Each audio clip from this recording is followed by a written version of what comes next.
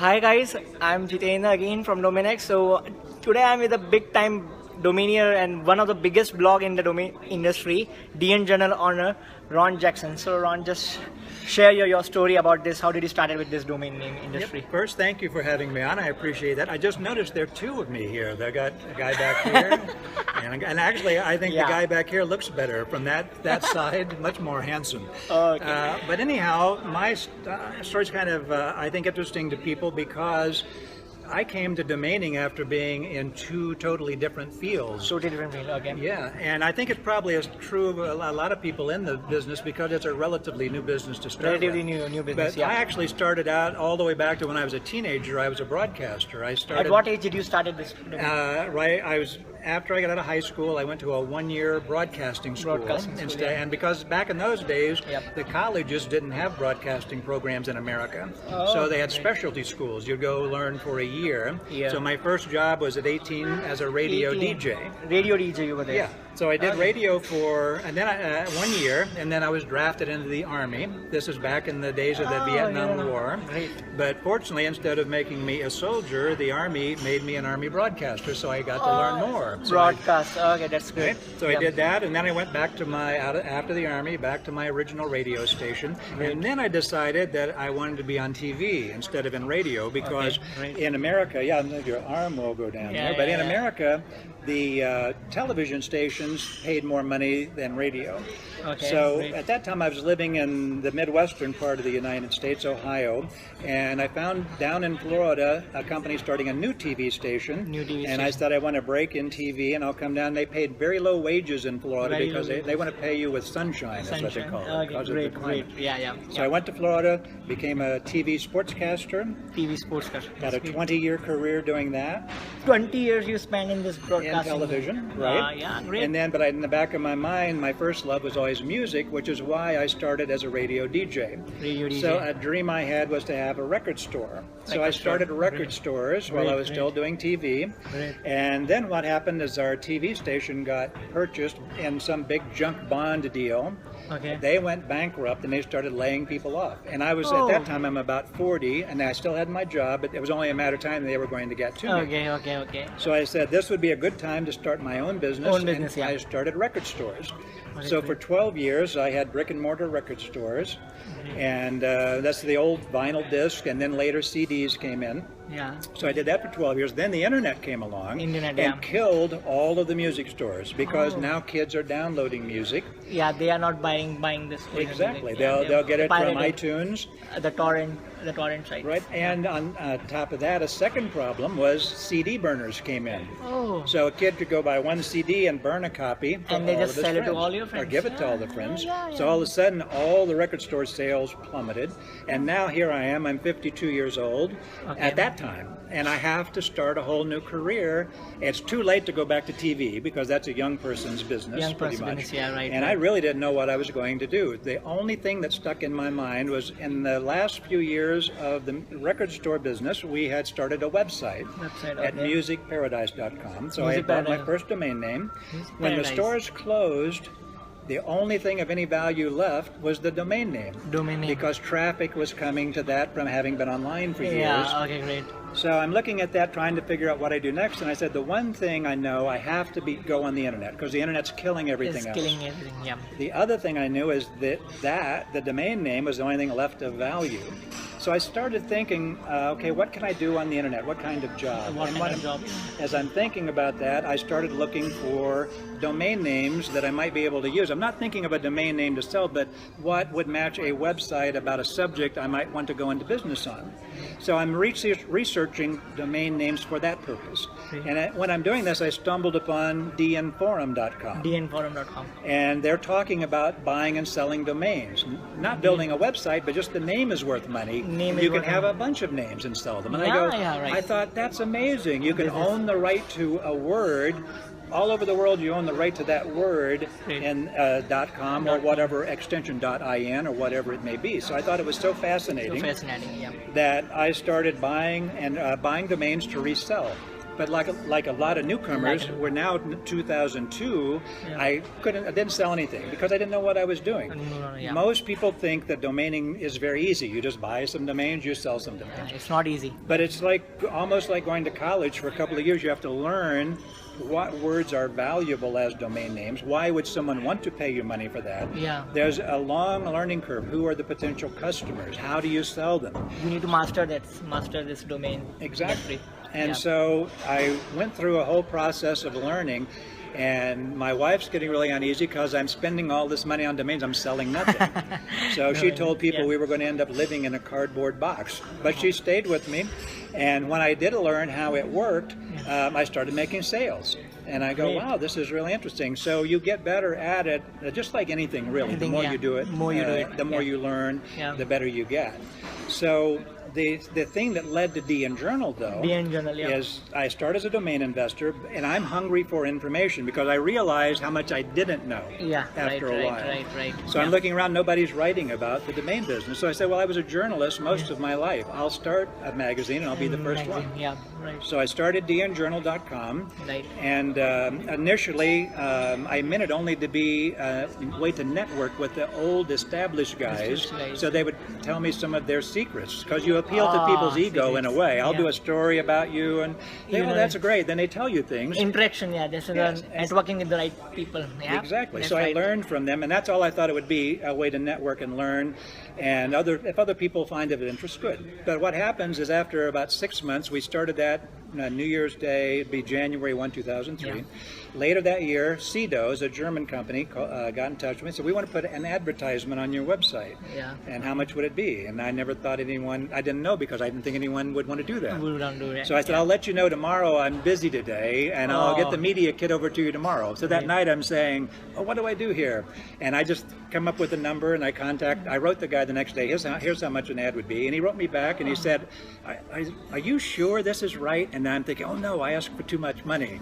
And he goes, and I said, listen, if it's too much, he goes, are you crazy? Because I asked for something like $10, which is maybe, what is that, 1,000 rupees maybe I asked for an ad.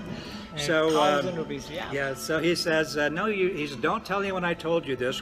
Continue. So he's supposed to get the cheapest price for his company. So he tells me how much to charge, and once they started advertising at a good rate, other companies saw they were on there.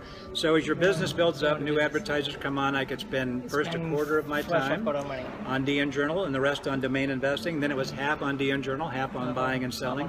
Eventually, okay, so by 2006, I was so busy with DNjournal that became the full-time business. And I'll still buy a domain name here and there, but mostly since 2006, my main thing is covering the domain industry. Covering the domain industry. Yes, coming to conferences like this one in Bangalore. DomainX, and all over the world, actually.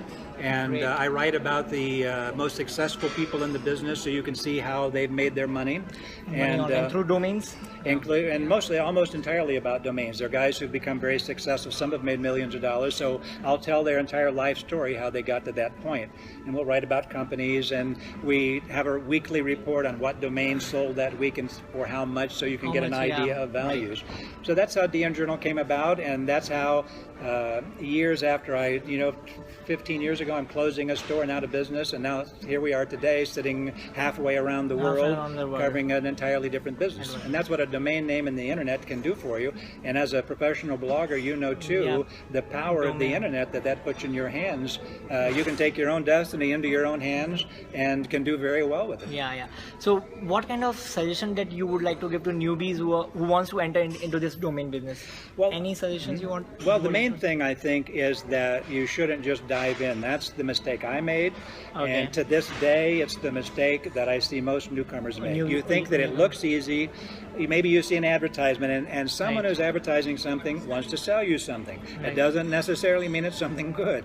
So you may run out and buy something where they're telling you, this is the greatest thing ever, this is going to make a lot of money, but you're much smarter.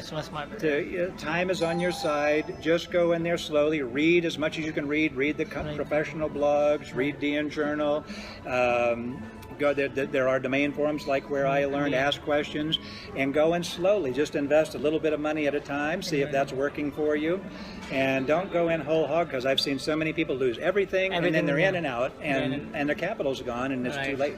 Okay. So what kind of domain names you would recommend? Because nowadays many TLD domains are coming up, .us, .biz. So are these domains have some values as a price point of view? Well, right now, generally around the world, the .coms have the most value. They're easiest to sell. Okay. But the problem is they're also the most expensive. Expensive to So if you're a newcomer, it's hard to afford to build a portfolio of good .com domains. Okay. So even back when I came in, I bought a lot of non.coms because I didn't have much money to start with. So I did actually quite a few .us because that's my country code. And I concentrated on selling to small businesses, the mom and pop stores, because they can't afford a .com either. So those were my natural customers. So I was able to build a business around that. And then as I made some money, then I could buy some .coms here and there. But I think the best piece of advice I could give you is concentrate on what you know when you buy a domain name. If you're in the medical field, you know medical terms better than anyone else would. I'm from the media business, so I buy a lot of news, magazine, TV, because I know what would make sense in those fields. Another thing that seems to work in almost any extension are very short names, particularly acronyms. Like what's popular all over the world are three-letter acronyms. 3 letters. The reason for that is there's so many companies that have long three-word names. Like International Business Machines is actually IBM. You never see International Business Machines too long. So, but there are a lot of companies that have 3 words start IBM. So the .com's gone, but they may want it in another extension. So if you're from India, for example, the .in might make a lot of sense as your people get more used to using their country code. But so really spend some time getting to know things. Pick a niche, which is something maybe you already know a lot about, or else learn about a niche, and you find a place for yourself that way. Okay, definitely. So how this journey for this domain is going for you? How much money you made till now? If you want to share some stats about your business. In terms of my domain business, because actually my primary business now is the website, DNjournal. Though I still own about 5, now I'm down to about 4,000 domains now. There was a time I had about 7,000. 7,000 domains. But what happened, the new GTLD situation came in. For those not familiar with that, they're releasing hundreds of new extensions. They're actually going to be about 2,000 total released. They just started this a year ago. So that's making for a more competitive situation. So I'm not buying as many names as I used to. So, but in terms of my domain portfolio, I do sell a certain number of names every year. I make some money parking. That side of my business, I would say, probably makes about $50,000 a year. But that's now the minor side of the business. Most of my business on the DNjournal side, which would be comparable to running your blog. For me, it's an online magazine, similar to a blog. That comes from advertiser revenue. So those are advertisers paying me directly, and so that is a 6-figure a year business, and became the primary business. Okay. So what kind of issues you have faced in this domain business? Any trademark issues you have faced? Copyright issues? That's a good question, because a lot of people make the mistake of when they go in registering names, particularly because now new extensions are coming out. You could run in and register Coca-Cola DNjournal something like this. We can do this.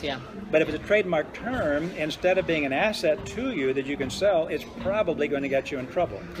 Because you can be sued. Now the laws differ from country to country. In America, if you register a name that violates someone's trademark, you can be sued for up to $100,000 per domain name. So it's a dangerous thing to do. At the very least, what would happen, if they see that and they want the domain, they will file, this is globally, what's called a UDRP. It's kind of technical, but it's a dispute resolution process. What it means is they file a complaint with your registrar, and you will have to defend that, which costs you, to get an attorney to defend you if someone's trying to take the name, costs you about $5,000. Otherwise, you just have to forfeit the domain. And to tell you the truth, if you've registered a trademark, the arbitrator is going to give it to you. You're going to lose it either way. So there's no point even in fighting it. So the advice is don't register them to begin with. The copyright domains, So Ron, you have shared so many news about this insights about domain business. So I'm glad that I hope you enjoy this interview on my blog, Bloggers Idea. So I hope you visit my blog, and I will. Yeah, sure. So thanks. Yep, I'm looking to get featured on DNjournal if I get any opportunity. Yep, I really appreciate the time and enjoyed talking with you, and I hope I shared something that will help someone. Yeah, thanks, John. Thanks guys. So I'm Jiten signing off from right now from Bloggers Ideas. Thank you. Bye. Take care.